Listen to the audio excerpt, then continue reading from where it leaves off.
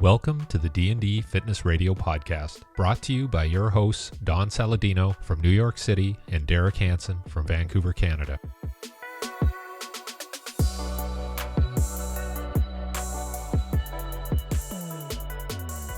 The Greek!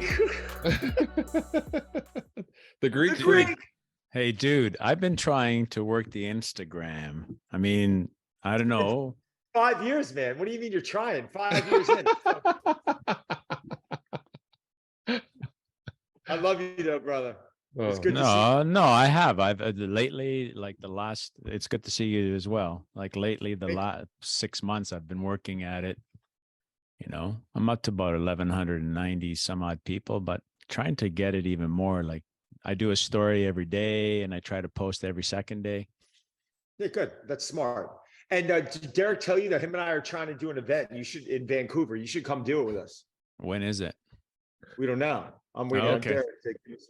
We're I'd love to do it. Probably like late spring, early summer, like that period, May. Yeah, May, June, something like that could be awesome. Well, I'm hoping I might not be here. I might be back in Europe, but we'll see. Because I was doing some work with the Hungarian track and field team and doing some stuff with the International Mixed Martial Arts Federation. So been quite busy. So what do you want? What do you want a person like me who's got no followers?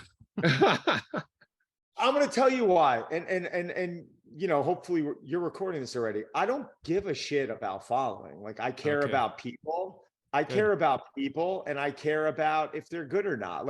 And it's actually a little annoying on the internet. Like if you want to ask me one thing I get annoyed with, like the social media to me, it reminds me of, the kids in high school who only wanted to hang out with that kid because his family had money. Right. Or like they're using him for something. And what bothers me about, and you even see it with like a lot of these podcasts, right? Like you can have good stuff to talk about, but unless you have a certain amount of following, people don't give a shit with you. And if you notice, like most of the people that I collaborate with, most of them have less following than me. I don't care. I care. I believe that I'm a believer that if you have something to say and you have good content, that's a part of the equation. Then you have to be an exceptional human being. Right? Like you've got to be someone who's in it just because the fact that listen, we all have to make a living, but we didn't get into stretching. You didn't get into this line of work, or Derek didn't get in this line of work, or I didn't get in this line of work because we thought we were going to become billionaires. Right? I became a professional coach back in 1999. I was making 25, not even probably $20,000 a year at Equinox. And I was one of their highest producing coaches, the year I was there. So now it's just annoying. Like you can just, it doesn't matter. Like I'm not even going to mention names. I saw someone recently who had a fitness influencer on, and I'll call him influencer because he's not a coach, who had 4 million followers or 3 million, whatever it is. And, the guy doesn't know his ass from his elbow. And if you put him next to Mike Boyle, everyone would go to this guy because of how he looks. Yeah. We know Mike Boyle, right? It just makes no sense to me. So, True. Why it's just so it's basically just saying oh, you don't have to be good at what you do. You just have to be a good following. And on the other hand, the consumer needs to start thinking about that, meaning, the person who's actually paying attention to the content, they have to start asking better questions. What's this person's background? What is their history of as a coach? If I'm going to listen to you online, you need to have gone into the trenches. You need to have spent years and years honing in your craft. You need to understand what it's like to work with people who are not receptive to things that might be the right thing for them, right? And as well as I do, is there's been circumstances where you've worked with people and they're just not receptive. You need that background to be a great coach. Yet now, if you have a podcast platform, it's really all about you're following. And Derek and I have people reaching out to us weekly to get on our podcast that are crazy. Unfortunately, Derek, as well as I are, it's shit. It's complete shit. And it's just why am I? So I'm going to go jump in bed with you right now because you look good from a social media standpoint, because I just want to up my following or up my profile or whatever it is. There's a guy that I'm a Derek fraud. and I'm a fraud then.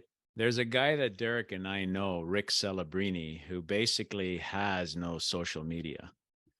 He's just, he works with the Golden State Warriors. He's the physiotherapist, and the guy's just, he's awesome. Yeah, right? He's awesome. Yeah. He does it, and other people talk about him. You know what it is too? It's like, what are you in this line of work for? I know. No, you know what I'm saying? You want to be we all want to be successful. Let's not put that Don, like I'm 62 right now. That I don't know about being successful at my age. I'm serious. It's just like I'm just trying to survive, basically. Yeah. Like I've been doing this for years, man. And I've had some success. I've had a lot of good success, actually, with the people that I've worked with in the past, and just recently being in Europe and doing some work there. And it's been enjoyable. And this is what I like doing. I like basically working my craft internationally. And, Derek is right when he mentioned that he's not well liked in Canada.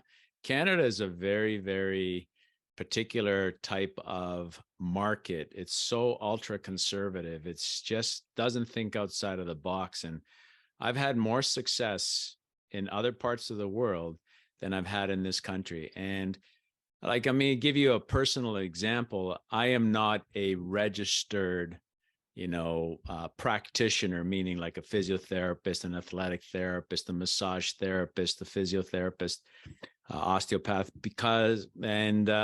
but my work speaks for itself. Oh, I know. But the thing is, people will come to you and say, hey, I can get benefits from massage therapists. Why should I come to you? Because I can probably help you a lot more. But it's down to the dollars and cents. That's what it is. Yeah. It's Canada. It's socialized medicine. It's like, that's the mentality, Don, here. It's like, oh, I have to pay for my health care, or I have to pay for my care. And people are just don't have that mindset. Like, I got to get the best. Right. Yeah. And the thing is, sorry.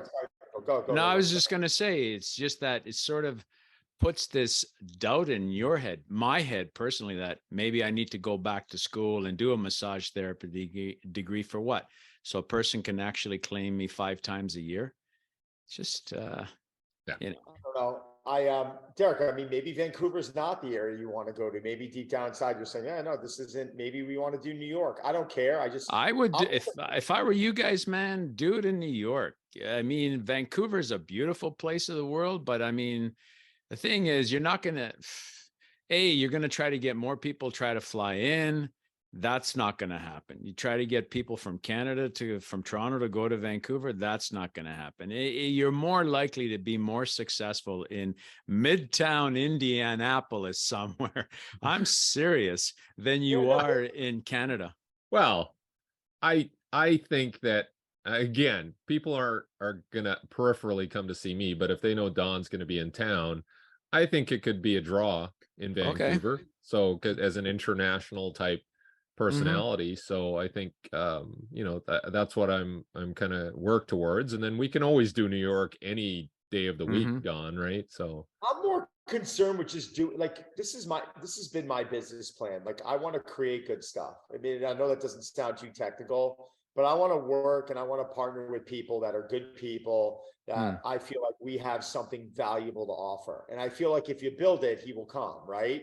Yep. And that's just. Well, the other part of it is we got to practice. Like, we got to do a trial run, and we got to say, like, okay, let's do it. And then at the end of it, we debrief and we go, okay, did that reach the people that we wanted it to reach? Did we, was it engaging? What kind of feedback? And then we, retool it, right? That's really how you have to do it. That's how I did it with my courses. Right. It's never perfect. It's never perfect out of the gate, but if you can give a good offering and add value, and then I think you build from there. But yeah, these things, they're great when you make them consistent, and they're great when you're able to, come back and do it again, and then you actually build something. It's fun to build something. Like, you have to admit, guys, like, we've all been in our business to combine. I'm doing what I'm doing now 25 years, right? 30 plus. Okay, so 30 plus. Yeah, there's probably 100 years right here in this. but 25, 30 years ago, if someone sat and spoke to both of you and said, this is what you'd be doing, you'd be like, what are you talking about? Like, Oh, I'd be asking for my money back. you'd be like, what do you tell? Like, this stuff didn't exist like 20 years ago. Like, oh, like you're gonna be working on social media and you're gonna be doing online courses, or you're gonna be doing courses. Or Derek, 30 years ago, if someone told you that, people would be paying, X amount of dollars and 50 people would be showing up to listen to you. You'd be like, oh my God, like, really? Like, it's interesting how these things evolve, and you want them to keep evolving. That's part of the human spirit. Like, I don't want to sit here all day long and not know that there's room to keep moving forward. And that's what I think what I'm doing. Oh, no, that's why, to me, I'm literally looking towards Europe. Europe has those type of answers, and moving up the scale, and things are just that much closer in Europe that you don't have to go far from one country to another, or even in the UK, from one university to another university, from one sports team to another sports team. I found that Europe was a lot more conducive to being able to get your message and your ideas out there. Where here in Canada, at least in Canada, you've got that big sort of distance between Toronto, Montreal, Vancouver. It's just massive. So, but I mean, hey, Derek's done a really good job with building his following up to almost 50,000 people, and you're over 300,000. This is great. So, but Don, when you went to Germany, was everything in English for the most part? Yeah. And I honestly, I thought it was a great experience. I mean, the people over there were really warm. We had a great turnout. I think, I got in my hands-on, there was a couple hundred people there. I mean, that was fun. I mean, at least a couple hundred. I mean, in the crowd during my lecture, there was probably a couple hundred. There was a few things, again, that you learn about when you're there, like there's specific, laws on what you can and can't do from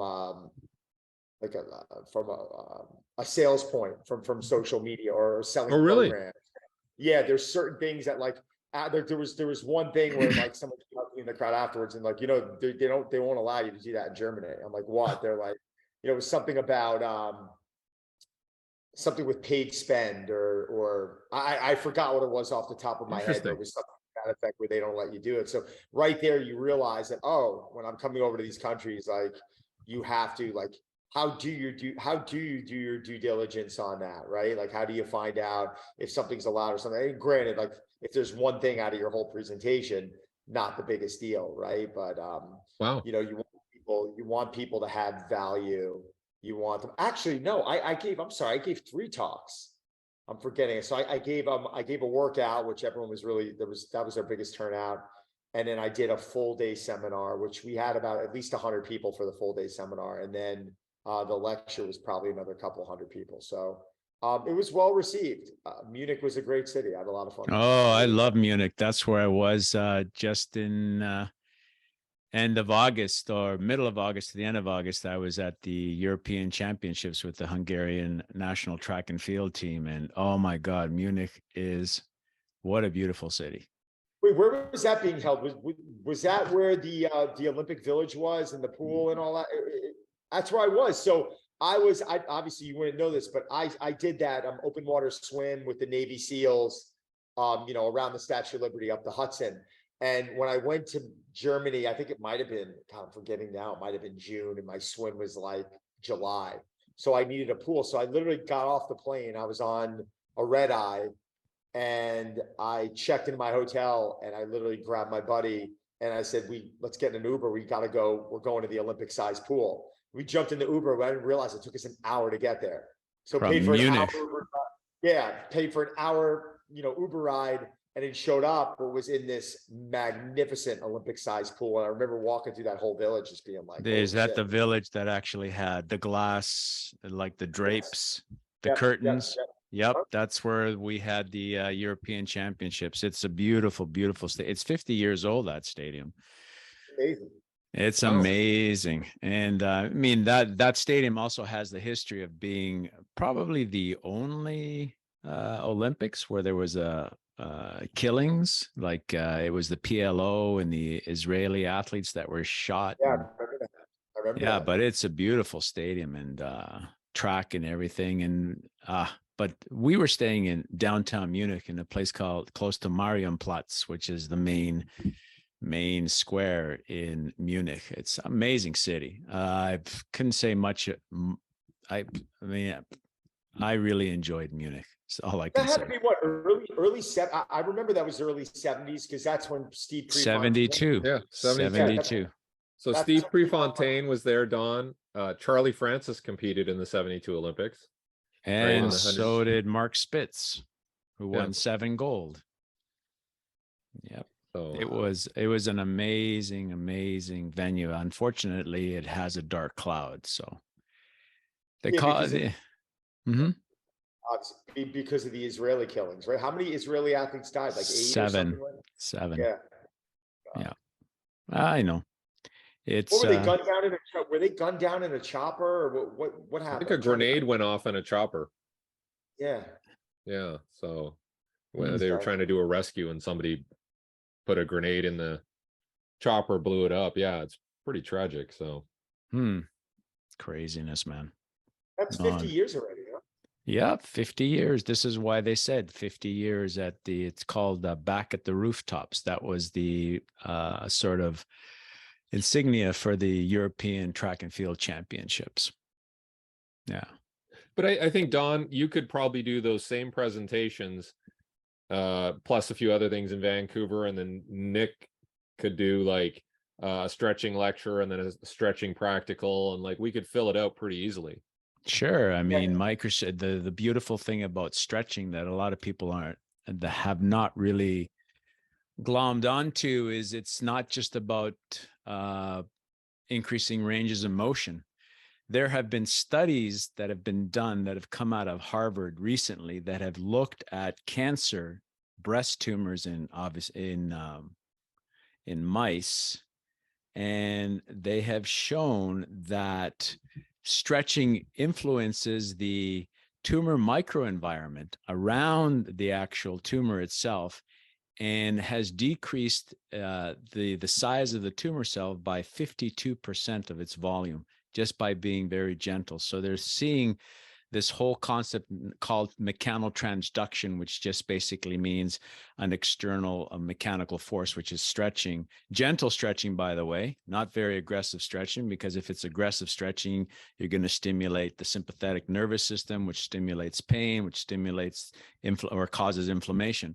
But with gentle stretching, they were able to show that you could actually influence the volume of a tumor cell, which is very, very interesting and very, very, how do you say, exciting, because it would be another avenue with regards to diminishing the dependency on, drugs like chemotherapy and whatnot. And I wonder if that would become part of the treatment, right? Or even if they were on chemo. Well, having said that, yoga and yoga, for one thing, I've done some reading, is which is a sort of like a stretch based, and Tai Chi, which is almost like a stretch based modality. They actually use that with people that have cancer as a form of something to do, which it's like stretching is moving into another realm. It's not just the let me go and stretch so I can get ready for my activity, or stretch post activity. I mean, stretching is starting to become more of a modality that could be used for mindfulness, the ability to bring you into your own body in the present moment, for helping you sleep better. Because I mean, a lot of us are sleep deprived. The stressors of our lives, work, family life, school life, social media life, because that's a big stressor in a lot of people's lives. It is affecting your sleep. And if you could actually calm down the body, because I believe that more importantly, it's the embodied mind. It's the body that imbues everything else. For instance, when a child is learning to walk or it's got to learn to crawl, but it's not born with the idea that, hey, I'm going to be walking on two legs. And the most important thing about this concept called the embodied mind is the child is learning about its environment through its physical body. And that's what's causing the synapses in the brain to grow, where it knows that if I actually I'm crawling and I hit my head on this table at the corner of the table, I've got pain. And then I've also basically created a synapse in my brain that says, don't do that again. So it's the body that teaches the mind and the brain. It's not the other way around. You know, there's a very interesting study, not a very interesting study, an interesting case where this one guy, he basically, if I remember rightly, he was a French worker, custodial worker. He actually was born with half a brain, but he functioned normally because he developed all the proprioceptive tissues, all the neural tissues in his body, which allowed him to be able to do what he was doing for the years that he was alive. This is just mind-blowing. So stretching seems to be a modality that actually helps with this embodied mind idea. And not only that, so before you go to bed, if you stretch daily and before you go to bed, what you're actually doing, and sleep is not about actually helping the body recover and regenerate. It does to some extent, but if that was the case, you would actually see a spike in growth hormones while we sleep. They don't see that. What sleep is allowing the brain to finally take that break. But if we're actually constantly stressed and we're not getting that sleep that we need and we're sleep deprived, our brain is always on. So we need to figure out a way to shut it down. Now, and you're going to shut it down by shutting down the body, basically. Right. Sorry, Don. No.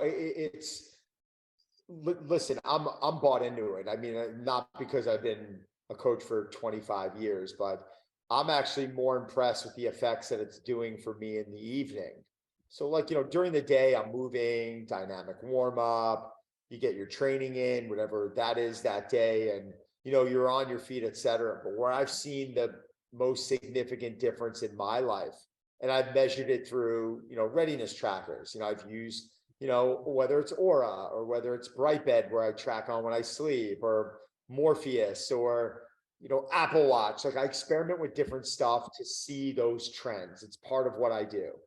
And not 9 out of 10 times, 10 out of 10 times, when I do some light stretching, and when I say light, I still think it's a little more intense than what you would want.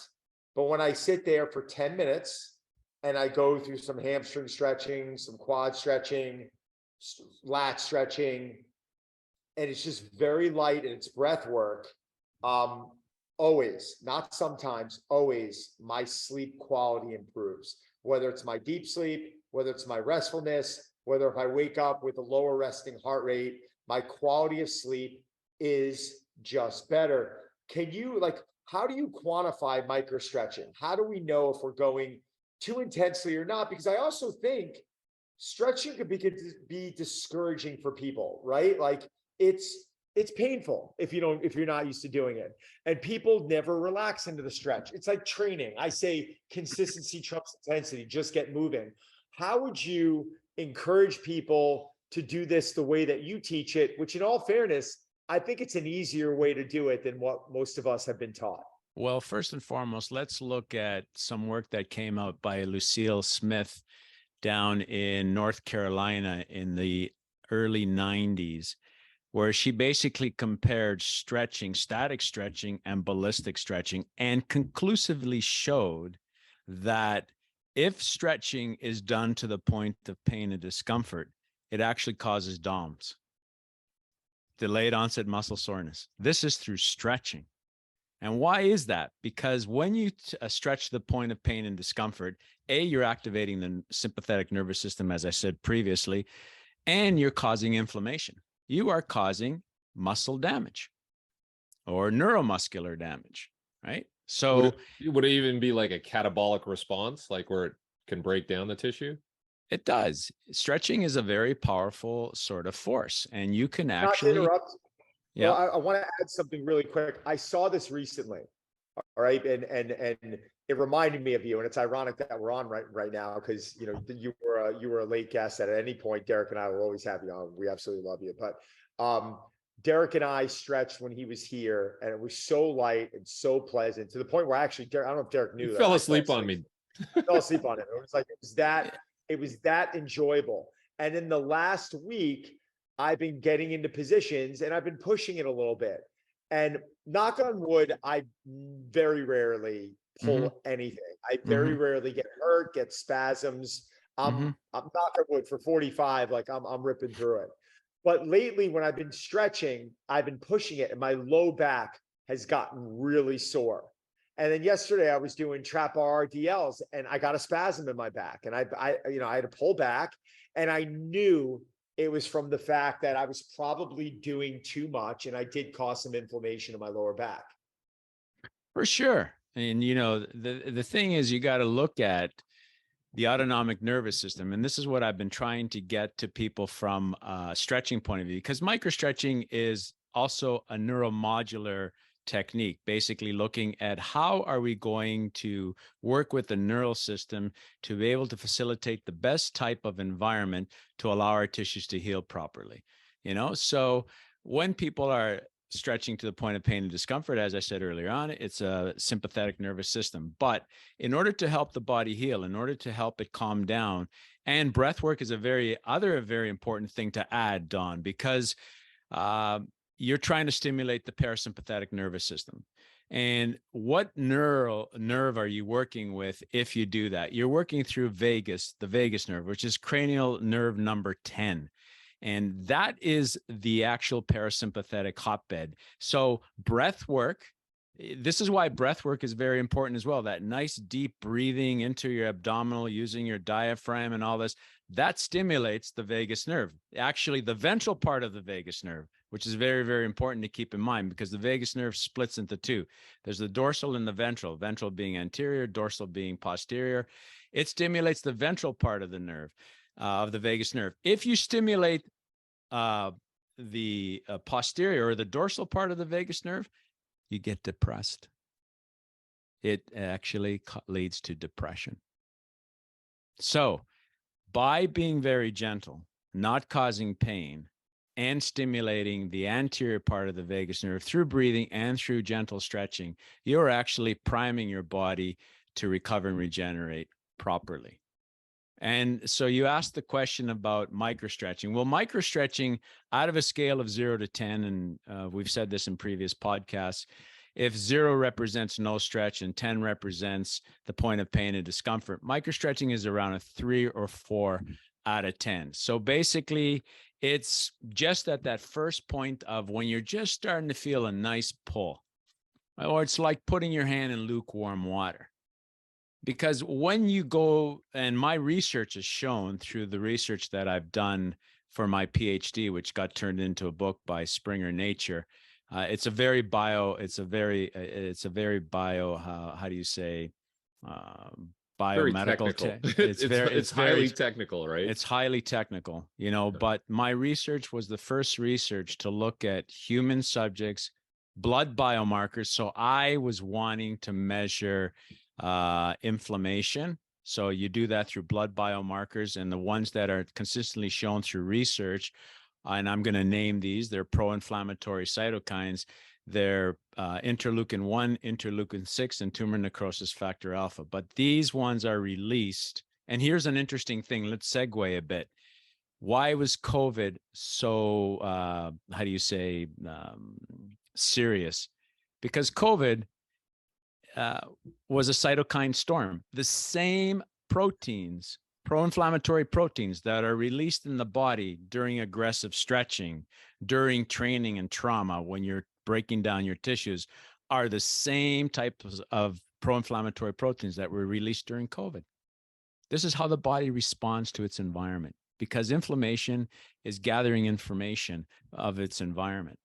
So with my research conclusively showed that if we actually take the body to the point of pain and discomfort, we actually cause inflammation.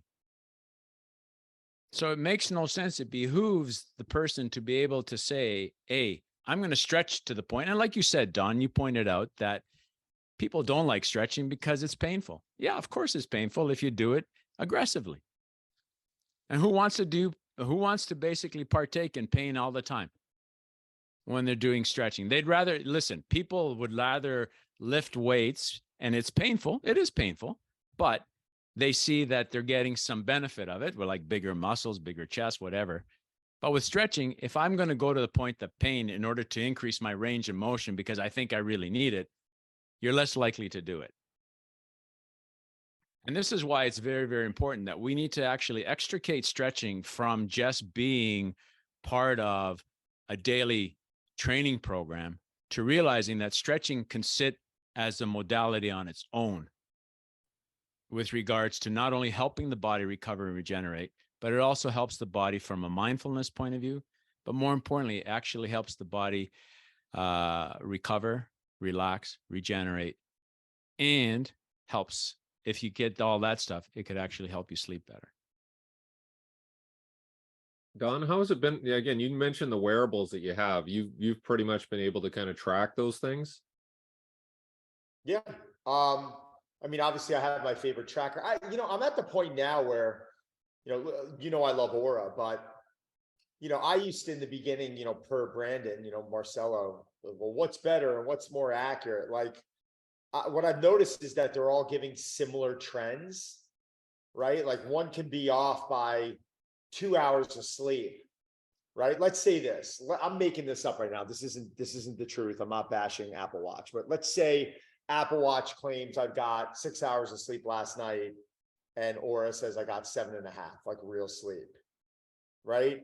And then the following day, Aura says I got, 6 hours of sleep, and Apple Watch might say that I got, 4.5. Like it's still the same trends. Like if it's dropping an hour and a half, I'm noticing that the other one's dropping an hour and a half. If, REM goes up on this one, REM's going up on that. That's at least what I'm finding, which I think is kind of a good thing. Like granted, these devices aren't, I don't think anyone's going to say that they're 100% accurate. Like I work with Aura. Like I have equity in Aura. Like I have a very small piece of equity. Like it'd be in my best interest. Do I feel like it's the most accurate? Do we hear that from Brandon? Absolutely. But nothing's 100% accurate yet. I mean, nothing is. I mean, when we do body fat measurements, like I've seen, come on, man. Like I've gone on InBodies, and I've been able to drop my body fat from 9 to 6% in 9 days. Like, come on, really? Like, is that like, can I really drop 3% body fat in 9 days? Like, I don't think so. Like, but what did I do differently? Like I went on an elimination diet. Like my body's recognizing the amount of water it has or carbohydrates or my weight, and its algorithm, like you throw it all off. Like I've seen it on DEXA scans. I've gone on DEXA scans, which are like, oh, this is the most accurate. I've manipulated the numbers. Like I've seen it. Like I've done things on DEXAs where people are like, how's that possible? Like I put 8 pounds of muscle on, according to DEXA, on my legs in 2 months. Like, really? Did I really put 8 pounds of muscle on in 2 months? Like that's, and I have the data sheets to show 2 or 3 months, whatever it was. Like that would be record breaking in my opinion. Those are Liver King numbers, Don. Yeah, but and you know me, like I don't look like I've never taken a PED in my life. I've never taken a performance enhancing substance in my life. But to be able to manipulate those numbers, it just shows that, like, all right, man, these are gauges. These are little guy saying hi. These are just kind of trends that we can follow. And then based on those trends, I feel like we can make really good adjustments. Right. And that's where I'm at with the wearables. But when 10 out of 10 times, when I put stretching in my evening and it's a half an hour to hour before bed, 100% I see my sleep quality improve. Never, it never fails, ever. Zach Collaros, who actually is the quarterback for the Winnipeg Blue Bombers, has this routine as well, and he says the same thing. It actually helps him sleep better, but more importantly, when he works with me, because micro stretching is not just about teaching people self stretches, but it's also a therapeutic stretch. So I stretch people for a living. When he works with me, he gets off the table. He feels younger. He feels he's got more spring in his legs. And that's basically taking out any muscle imbalances in the body and allowing the body to reset itself. And that's another very important thing that you got to look at. Stretching could be a tool of resetting, but you're not going to reset if you actually go to the point of pain and discomfort. Right. And that's a very important takeaway home message for people that are going to listen to this is don't go to pain, because pain is inflammation. End of story. You already listen. The other thing for the elderly people that are listening out there, they call age now inflammaging. It's a low grade inflammatory response. That's what aging has become, because a lot of catabolic things are happening in your body, breakdowns of the protein. You're not regenerating, you're not replenishing quickly enough. So your body is starting to break down and there's more inflammation in there. And again, why cause more inflammation in your body externally through aggressive stretching when you already have enough in there?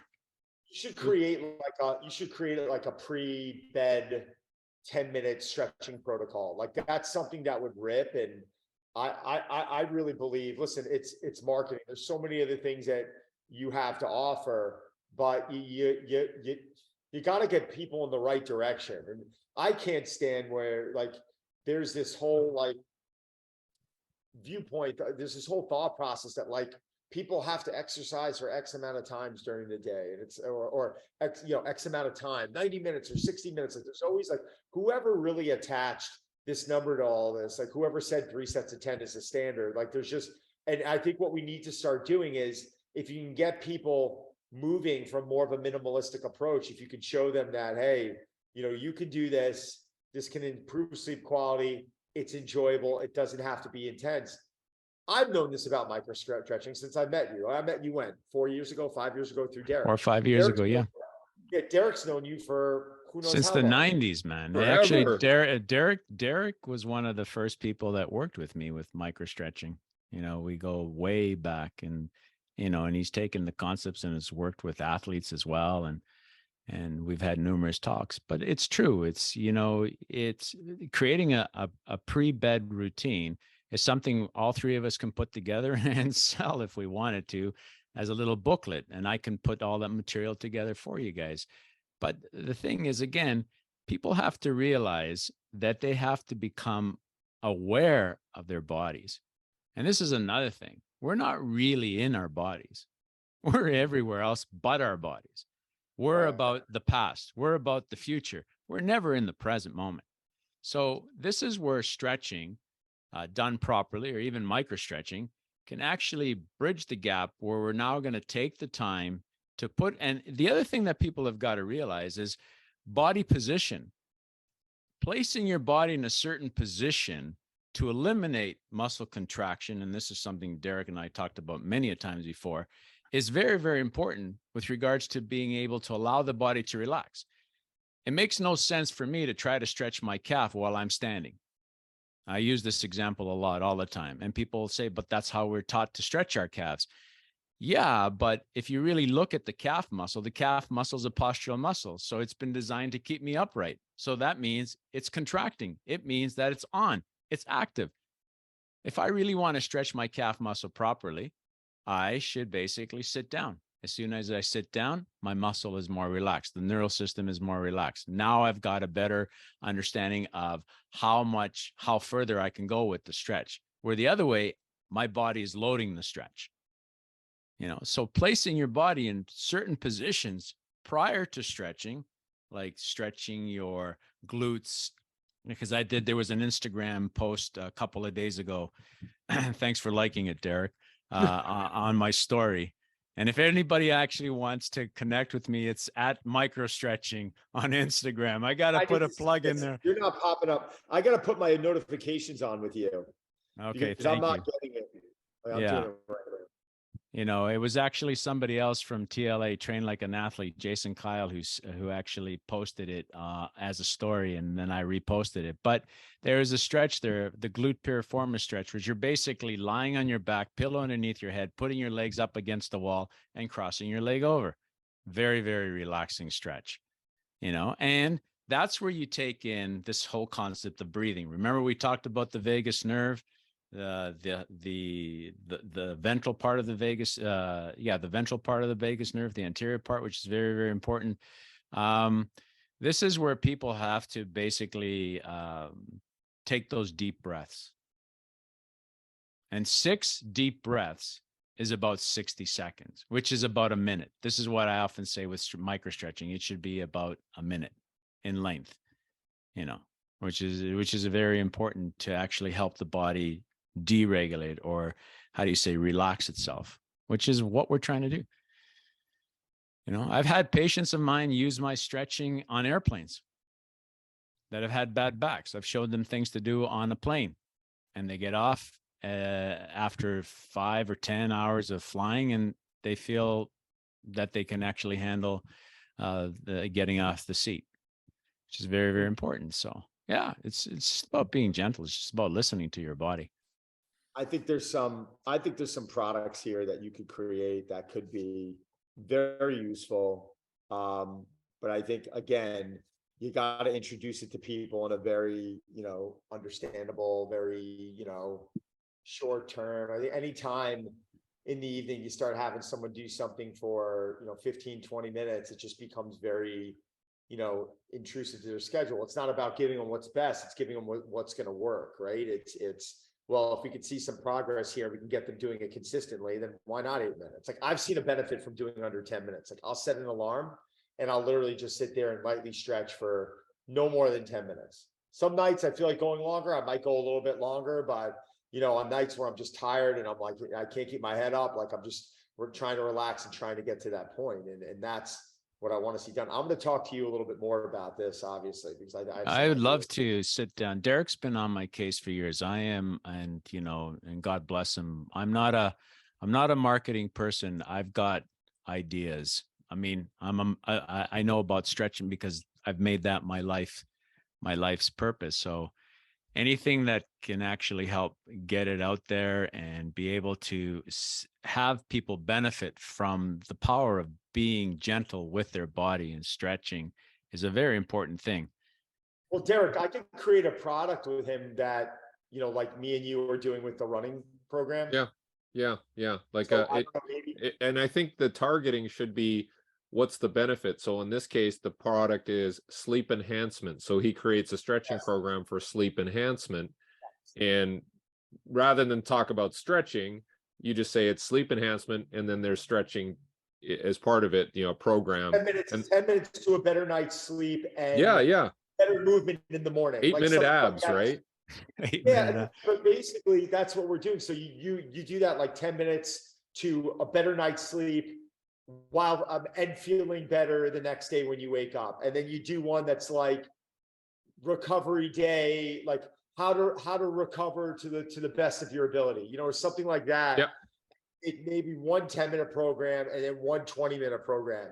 Well, there could even, Don, there could even be like a post bodybuilding workout stretch program too, to lengthen muscles, because of all the shortening of muscles that you're doing through all the repetitions. So yeah, it could be very targeted to different markets. And that's a good point that you bring up, Derek, because a lot of people who lift have had injuries as well, and the body always plays to protect any type of injury in there, which means they're compensating. So their muscles, one part of their muscles or one part of their body might be hyper tightened as opposed to the other part. So by doing proper stretching post lifting, which isn't going to cause you pain and discomfort because you've just trashed your muscles through doing your lifts, which is an inflammatory response as well, guys. One of the directors at the University of Toronto, where I went and did my phys ed, Dr. Roy Shepard, was the first person to basically say that trauma and sepsis, which is a blood-borne sort of not disease, but infection, sepsis, they're the same thing. Again, as we talked about previously about the release of those pro-inflammatory proteins. The only thing is that sepsis is clinical and training is subclinical trauma. Right. So it's very important to work with the body. This is it. This is the bottom line, because the other thing we got to realize is that, you know, a lot of us aren't getting any younger and we're getting older. So this is where you really need to basically make stretching part of your routine, but proper stretching, you know. All right, guys. Derek, you're the best. Derek, I'm going to call you. I'm traveling next week. I'm on the West Coast. Nico, expect to hear from me in the next day or so. And guys, thank you. And anybody who's listening, at microStretching on Instagram, that would be great. Thank you. Yeah.